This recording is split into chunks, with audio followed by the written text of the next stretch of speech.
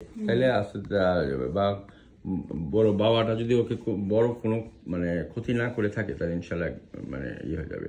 আর যদি প্রয়োজন হয় দেখা গেল আমরা একটু স্যালাইন দিব, স্যালাইনের মাধ্যমে যেহেতু খেতে পারতেছে না স্যালাইনের মাধ্যমে আমরা পেইন কিলার দিব, ঠিক আছে, এবং এটা যেন তাড়াতাড়ি হিলিং হয়ে যায় সেগুলো দেওয়া হবে। তারপরে দেখা গেল যে কালকে যদি অনেকটা ইমপ্রুভ হয় তাহলে এটাই চলবে, ঠিক আছে। আর যদি দেখা গেলো যে না ইমপ্রুভ হচ্ছে না তখন আমরা একটা এক্সরে করবো।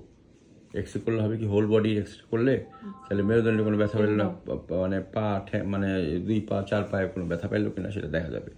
এখনই এক্সরে করে খামাখা খরচ করাতে চাচ্ছি না আমি। ব্যথা তো অবশ্যই পাইছে, কারণ কালকে পর্যন্ত ওর মুভমেন্ট ভালো ছিল এবং সবচেয়ে হেলদি বেবি হচ্ছে ও, আমি যতটুকু জানি। এবং আজকে দেখি যে ও এক পাশ মানে উঠতেই পারতেছে না। আসার আগে ওই যে গায়ে এগুলো যে দেখলেন না, ওই আরেকজন করছে কি একটু মলম টলম মানে মনে করছে যে হয়তো এইভাবে করলে একটু ভালো, কোনো ক্ষত তো ছিল না, না ক্ষত ছিল না, ক্ষত ছিল না, কিন্তু ওই জন্যই কিন্তু ওর ইয়েগুলো একটু হয়ে গেছে। বুঝতে পারছি।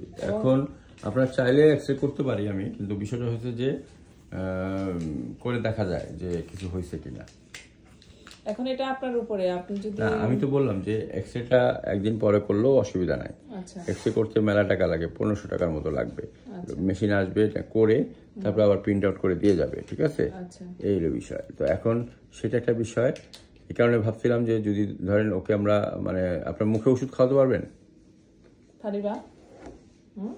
খাওয়াতে পারবে? আচ্ছা, আমি দেখাই দিলে পারা যাবে তো? ওই যে মুখে এভাবে চিপে ধরে ঠাস করে ঢুকাই আমি দেখাই দিব, আমি যেটা বললাম ইউজুয়ালি। হ্যাঁ, ওষুধটা যদি আপনারা নিজেরা না টেক কেয়ার ওরাই করে, হ্যাঁ নিজেরা যদি খাওয়াইতে পারেন তাহলে খাওয়ায় ট্রাই করতে পারেন। আর আমি যদি আজকে স্যালাইনের মাধ্যমে দিই তাহলে আবার 3 দিন আসতে হবে, আর আজকে পরে আরো 2 দিন আসতে হবে। 2 দিনে যদি ব্যথা বেদনা কমে যায় এবং হাঁটা চলা শুরু করে তাহলে আর পরবর্তীতে আমরা এক্সরে বা এগুলোতে যাব না। আর যদি বলেন যে না আপনি এক্সরে করে একবারে কনফার্মেটরি করেন তাহলে আমি সেটাও করতে পারি, বুঝছেন, দুইটাই করা যায়। এক হলো মুখে ওষুধ দিয়ে দিলাম। আপনি সাজেস্ট করেন কোনটা, মানে কি আমরা যদি খাওয়াতে পারি তাহলে? যদি খাওয়াতে পারেন তাহলে 1-2 দিন দেখেন।